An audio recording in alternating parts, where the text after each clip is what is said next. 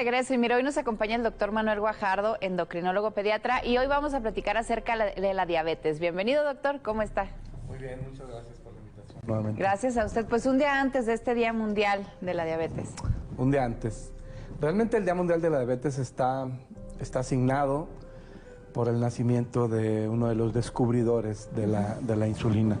Okay. La insulina cumplió recientemente 100 años. Hoy estamos pues realmente en el año 102 okay. del descubrimiento, pero este año se festeja el reconocimiento a Banting, Best, a Collip y a todo el equipo con el Premio Nobel de Fisiología y Medicina por el descubrimiento. Realmente fue un parteaguas en la forma terapéutica de quien vive con diabetes. A partir de esa época, bueno, todos los pacientes que iniciaban a vivir con diabetes comenzaron a tener una nueva expectativa de vida. ¿Verdad? Entonces, durante muchos años se utilizó una insulina que era, inicialmente la que se utilizó fue extraída de perro, se aplicó en primera ocasión en el Hospital General en Toronto, en Canadá, un paciente de 14 años, Leonard Thompson, y que rápidamente recuperó después de ir decayendo en forma progresiva ante su estado general. Y bueno, pues la historia desafortunadamente perdió el seguimiento de Leonard Thompson, pero bueno, pues fue el parteagua. Posteriormente se comenzó a utilizar insulina de cerdo y de bovino, que durante pues prácticamente un poco más de 5 décadas estuvo salvando la vida de los pacientes. Entonces, haz de cuenta que de los rastros se sacaban los páncreas de los cerdos, de las vacas, y entonces ahí se extraía el extracto que había sido, obviamente con muchas impurezas, entonces tenía muchos efectos secundarios. Doctor, pero hablamos de ya hace bastantes años y eso quiere decir que en la actualidad pues hay una mejor calidad de vidas para quien vive con diabetes.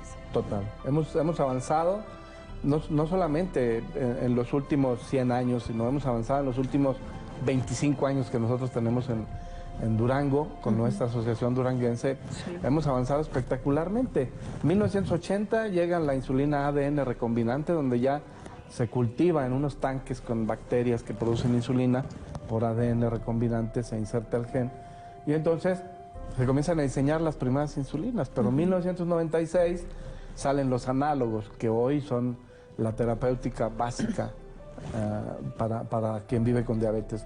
Han ido creciendo los análogos, han ido creciendo formas de monitoreo. Antes monitoreábamos el nivel de glucosa con una tira reactiva en la orina.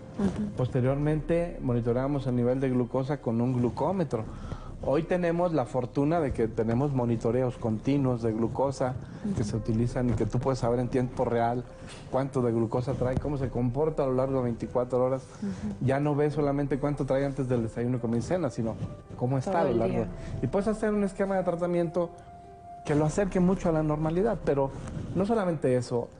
Ha crecido el uso de insulinas. Imagínate que antes teníamos antes las jeringas eran las que servían con aguja gigantesca. Hoy las jeringas son microscópicas de 33 milímetros y que pues prácticamente no duelen. Pero también tenemos plumas de aplicación de insulina con dosis más exactas, no se tienen que estar recargando. Tenemos microinfusoras. Hoy tenemos en Durango, pues somos de los estados en la República que más niños con microinfusoras tenemos en el país. Entonces, hoy con esto, pues bueno, es un posicionamiento muy bueno. Hoy las microinfusoras son muy inteligentes. Eso que vemos ahí, pues es una célula productora de insulina. Te fijas que abajo está el sensor, que es un receptor donde recibe la glucosa y que dice, tiene tanto de glucosa, y entonces la unidad procesadora, que es la célula, entonces libera la insulina según la necesidad que tenga. Es una maravilla lo que tenemos en estas células beta, pero ¿qué pasa cuando esto se pierde? ¿Qué puede pasar? Pues imagínate en la diabetes tipo 2, la disfunción de todas las células, donde los receptores de la insulina a nivel periférico, el cuerpo está cargado de grasa, está cargado de sustancias químicas, no se hace ejercicio, no tiene masa muscular, que es el músculo el más sensible. Y entonces se comienza a generar un problema que se llama resistencia a la insulina, dado pues en gran parte por algunos factores genéticos, pero también por una inadecuada construcción del cuerpo humano. Y que va alimento y ejercicio. Claro, y que va generando un acúmulo de tejido graso muy importante.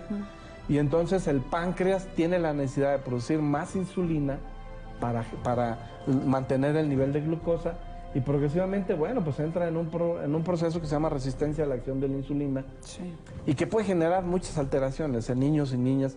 Este es responsable de N situaciones como los cánceres, como síndrome de ovarios poliquísticos, como trastornos psicológicos, psiquiátricos en los adolescentes, y que progresivamente, entonces, la célula productora de insulina se va a cansar, va a disminuir su producción de insulina, y entonces va a entrar en un episodio que se llama prediabetes, donde el nivel de glucosa en los rangos, bueno, pues va a estar en ayunas entre 100 y 125, y si le hacemos una curva de tolerancia a la glucosa, a las 2 horas va a estar entre 140 y 200. ¿Y ahí se puede prevenir llegar a la diabetes o ya alguien con prediabetes forzosamente va a desarrollar la enfermedad? No, ahí claro que se puede prevenir llegar a la diabetes. Ok. Entonces, con terapia. De hecho, se puede prevenir, se debe prevenir desde que se gesta, desde el embarazo, desde los primeros tiempos del nacimiento. Luego entra diabetes y obviamente todas las complicaciones que eso conlleva.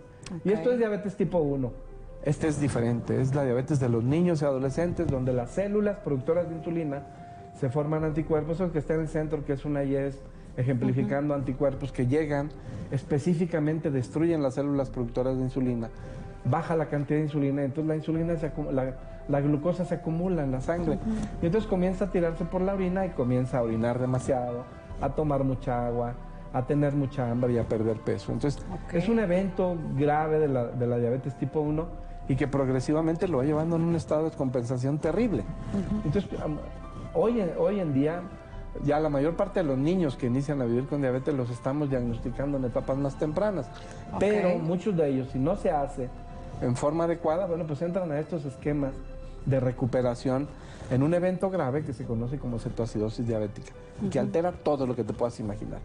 O sea, el nivel deshidrata trastornos neurológicos, trastornos psiquiátricos, la respiración, la función del riñón, los electrolitos, el calcio, fósforo, magnesio, todo. O sea, se coloca en una posición muy grave. Una cetoacidosis es la antesala de la muerte de un paciente si no está tratado en forma correcta, que es lo que pasaba en Durango antes de que la Asociación Duranguense de Diabetes Tipo 1 se formara. Entonces, antes de esto, cuando a mí me toca llegar a Durango, yo preguntaba, oye, ¿los pacientes que viven con diabetes tipo 1 dónde están? Y uno de mis maestros me dice, pues sí hay, pero se mueren. Híjole, se mueren inexorablemente. A partir de ahí, bueno, pues imagínate 24 años donde los pacientes han seguido viviendo.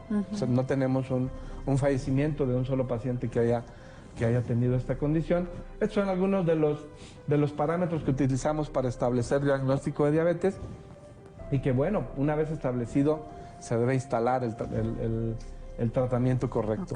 En el caso de la diabetes tipo 2, hoy tenemos un arsenal muy intenso en la terapéutica, donde podemos incidir en diferentes áreas metabólicas, desde la absorción de glucosa en el intestino, desde la producción de insulina, la acción de la insulina, la regulación de muchos de los factores con nuevos medicamentos como inhibidores de DPP4, como los inhibidores de SGLT2 que tiran azúcar por la orina, como los análogos de GLP-1, obviamente algunos otros como tiazolidina, hedionas, como metformina, glibenclamida, pues que ya van quedando de pronto más glibenclamida y todas las sulfonilureas un poco menos en uso. Y la insulina, que es una de las herramientas muy importantes también en los pacientes que viven con diabetes tipo 2 cuando es necesario, y obviamente todo esto debe ser combinado con un adecuado monitoreo de glucosa para poder establecer el seguimiento. En el caso del paciente que vive con diabetes tipo 1, ¿cuál sería su tratamiento? Pues insulina. Pues claro. Es forzosa ahí. Tiene que ser porque se destruyó la célula que la produce y entonces tenemos muchas formas de aplicarlo, que puede ser la jeringa, la pluma o la microinfusora. Obviamente coordinados con un adecuado monitoreo de glucosa para establecer cómo vamos a estar utilizando. Obviamente, otras herramientas, el hacer actividad física, el entrenar al paciente y el llevar una alimentación correcta. Hoy contamos con este tipo de tecnología donde son autónomas. Ahorita en este momento en México tenemos este tipo de microinfusora 670, donde la microinfusora es capaz de censar a lo largo de todo el día. ¿Haz de cuenta? Tú tienes tu monitoreo, el monitoreo le dice de glucosa, le dice a la microinfusora, tengo esto de glucosa, y la microinfusora decide por sí misma cuánta insulina le va a mandar, con bolos cada 5 minutos hasta de 0.025 de unidad de insulina. cuando en la jeringa podemos calcular de una unidad, en las de 30 unidades hasta media unidad, pero Pues ha avanzado 0.025 bastante. es una... Entonces, en la actualidad ya en el mundo, probablemente el próximo año tengamos en México también la 780, que es una microinfusora automática.